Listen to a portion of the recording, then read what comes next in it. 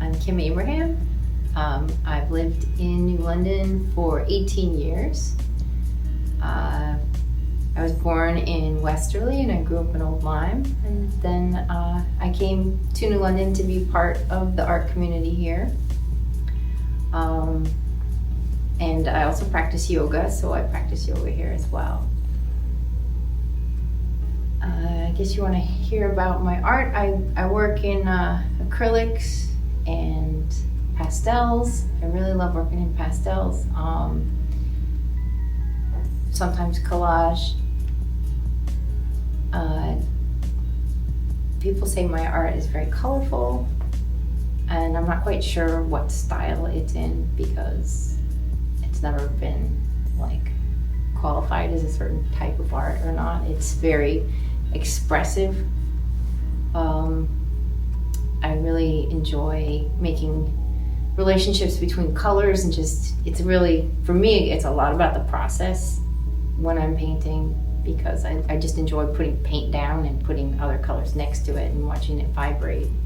So it's kind of a real tactile experience for me. The subjects that I paint are usually things in nature. I like to paint animals and flowers and plants, and I love also ocean life. So I like to paint seaweed or shells, but I usually make little environments for somebody to be in. And I think it would be easy for people not to take my art seriously because it is cheerful and it's colorful and bright, and children really love it. But it, to me, is very serious because I use my painting it's kind of like therapy for me. Okay. I have a lot of fears about the world and the way the environment is not very cherished.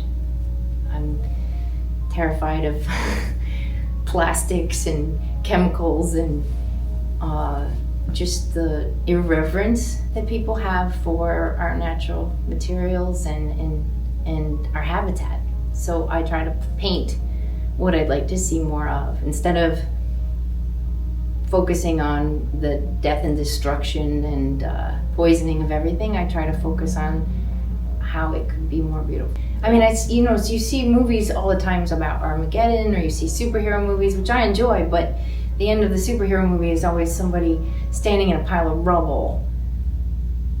Okay, somebody won, but now there's a mess. And I try to paint what would happen if people cleaned up the mess. My grandfather was an artist. He was a stone cutter and he was trained in Italy, and he gave up on doing art because he had lung problems from the dust. But he always encouraged me to do art. The rest of my family was opposed to it, actually, that you'd never make any money doing that. And then I was really good at school, so I got encouraged to do only academic things. And I didn't get to take my first art course until I was graduating with my master's. I had become a teacher. And so I was always doing art in the classroom with preschoolers, and that was my way of kind of sublimating my own. At a certain point, I needed to do it for myself. And then the hygienic, I was introduced to the hygienic and their idea of like everybody should have an opportunity, everybody should have a chance. And I started putting my work in their annual show, no judge, no jury, no entrance fee.